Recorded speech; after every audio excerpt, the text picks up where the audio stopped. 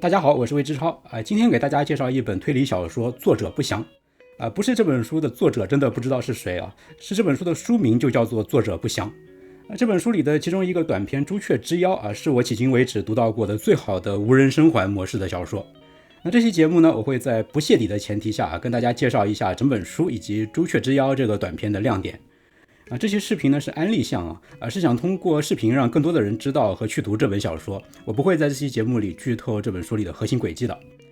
先说一下作者不详这本书的总体评价我把这本书的基本信息作者总评分翻译得分和阅读门槛这几项指标都打在了屏幕上，大家可以先看一眼，我一项一项来说。作者不详这本书的作者好拗口是大名鼎鼎的日本小说家三津田信三这已经是三津田老师第二次出现在这个频道里了，他就是我们以前介绍过的《怪奇竞演奇物语》那本小说的作者之一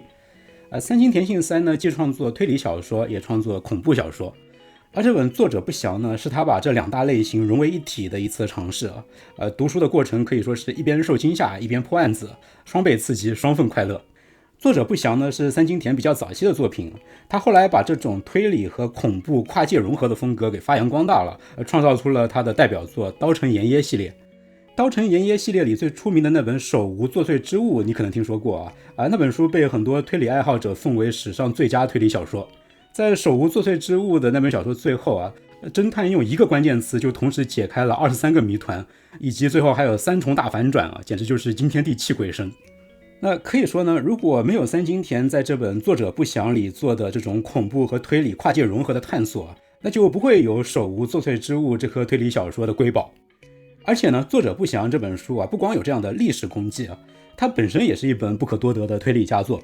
我给作者不详这本书的总体评分是4星其中的朱雀之妖这一篇是5星之所以要把其中一篇单拎出来打分呢是因为这本书的形式挺特别的，它是用一个大长篇串起7个短篇7个短篇7个案件水准虽然有高有低但绝大部分都还挺精彩的其中最棒的呢就是朱雀之妖这个案件。作者不详这本书的翻译质量是5星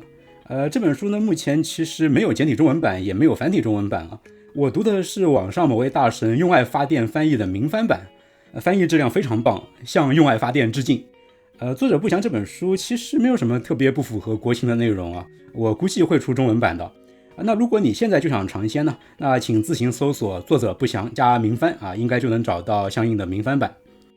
作者不详这本书的阅读门槛中等其实这本书读起来一点也不费劲恐怖加推理嘛，刺激得很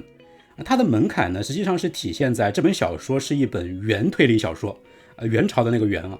原推理小说呢就是关于推理小说的推理小说。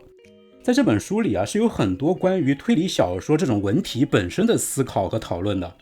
小说里的主人公呢既是侦探负责推理案件同时呢他也很像是一个在文学课堂上为学生讲解推理小说的结构，讲解推理小说的发展历史写作技巧的一个文学教授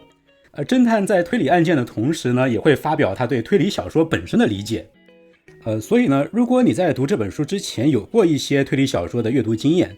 你知道各种推理小说的套路大概是怎么样的，写法大概是怎么样的，那你就更加容易对这本书的各种妙处心领神会这本书的阅读门槛呢主要就体现在这里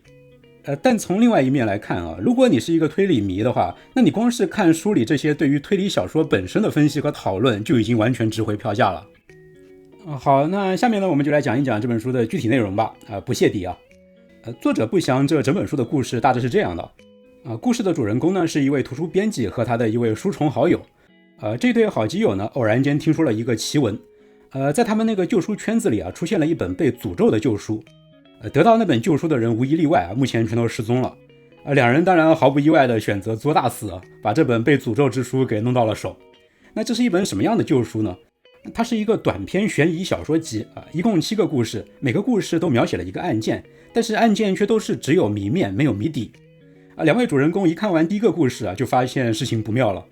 第一个故事呢是发生在一个被浓雾笼罩的森林里的结果他俩就发现书里的浓雾居然侵入到了现实他俩所处的那个现实世界中居然就出现了只有他俩能够看得见的浓雾，而且雾气是越来越浓那个书虫好基友呢一拍脑门说这雾再浓下去我俩说不定就要从这个世界上消失了呀，就跟前面那些人一样，要不咱俩试试把这个故事里的案子给破了书虫好基友其实就是侦探嘛，他三下五除二就把第一个故事的谜底给揭开了。那果然呢，案子一破啊，浓雾就消失了。这一下呢，这两个人就明白了啊，之前失踪的那些人啊，就是智商不够用啊。那既然我俩的智商杠杠的啊，那就继续作死下去呗。于是呢，他俩就一个故事一个故事的看下去啊，一个案子一个案子的破下去。你看啊，作者不详这本书的形式是书中有书，案中有案啊，挺特别的。在这两位主人公作死的这个过程里呢，书虫好基友一边破案啊，一边也时不时的跟编辑朋友探讨关于推理小说的各种知识啊，这就是我刚才说的，作者不详这本书是带有原推理小说的性质的。而且其实啊，主人公聊那么多关于推理小说的知识啊，也不只是为了炫技而已啊，因为这些讨论跟案件本身其实是联系在一起的。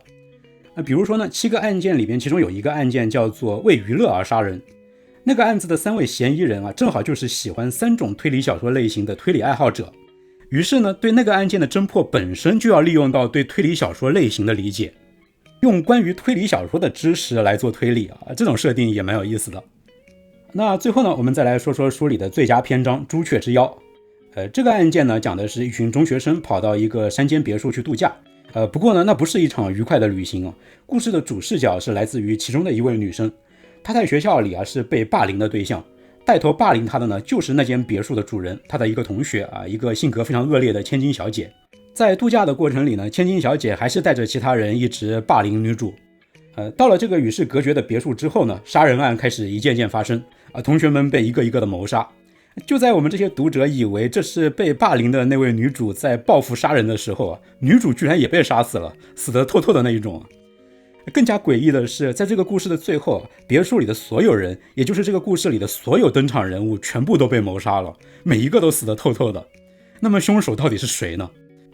推理爱好者听到这里肯定都明白了，这就是一起非常典型的无人生还模式的案件。这种模式呢，最早是推理女皇阿加莎·克里斯蒂在《无人生还》这本小说里创造出来的。在那个故事的最后啊，在一个与世隔绝的荒岛上，10个登场人物全部都被谋杀，而这些人呢，就是岛上仅有的10个人。那照理说啊，无论如何，凶手总该活到最后吧？但是没想到故事的结局却是无人生还啊，这是一种非常特别的推理小说模式啊。特别在哪里呢？在作者不详这本书里啊，那位书虫侦探就提出过一个概括。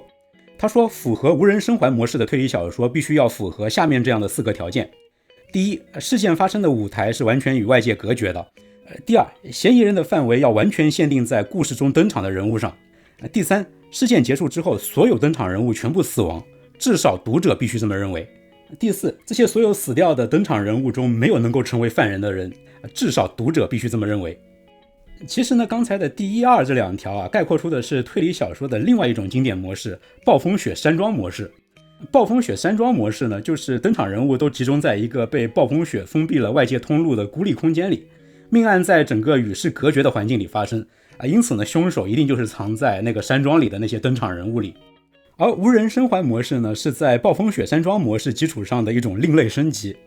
按我的理解啊，在暴风雪山庄模式里啊，虽然人也是一个一个的被杀，活着的人变得越来越少，但是留下来的活人呢是不能变得太少的，否则呢嫌疑人的范围就缩到太小啊，读者去猜测凶手的乐趣就没有了，杀到就剩1、2个人了，那还猜个屁啊！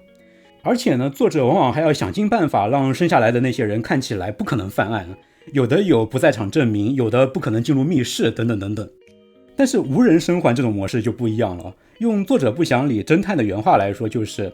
在无人生还模式里啊，登场人物确实也是在减少，但是却没有密室和不在场证明之类令犯人隐藏的要素。相反，密室和不在场证明都是可以被瓦解的，唯独死亡不能被瓦解。本应成为嫌疑犯的人物却接二连三地得到了死亡这一牢不可破的不在场证明，这是2个设定之间最大的差别。也就是说呢，无人生还这种模式啊，是把本来被锁定是凶手的人一个一个用他们自己的死亡给排除掉了，最后读者居然发现根本就没有人可能犯案。思索这其中的矛盾出在哪里，是无人生还模式带给读者的巨大阅读乐趣，也是考验作者轨迹设计功底的关键所在。比如说在无人生还模式的小说里啊，有一种很常见的轨迹，就是凶手杀完其他所有人之后自杀但是他把自己的自杀给伪装成了他杀，而且他会用一些时间轨迹来混淆自己的死亡时间这样一来呢，就把自己的凶手身份给隐藏起来了。很多推理小说老粉一看到无人生还模式就会去推测到底是哪个受害者有可能用什么样的一个手法来伪装他自己的自杀。我这里呢不剧透朱雀之妖这个故事里的轨迹是不是也是采用了类似的思路，我只能说三津田信三在这个故事里设计了一个极其高明的手法来隐藏故事里的凶手。这个手法是严丝合缝地嵌入到故事的几个关键设定中的，至少在我的阅读经验中这是我读到过的无人生还模式里最高明的障眼法。直到这个故事谜底揭晓的时候读者才会恍然大悟，真凶至始至终其实一直都在读者眼前晃荡，但是我们居然就是意识不到他的身份。不过我说过不能够泄底所以最多也只能够说到这儿了，请原谅我的戛然而止。作者不详这本书呢到这儿也就介绍的差不多了，希望简中版早早面世。我是魏之超，我会在这个频道里持续输出我的三大爱好：心理学、电影和读书。如果你喜欢我的节目，请关注、点赞、收藏和评论。我们下期节目再见。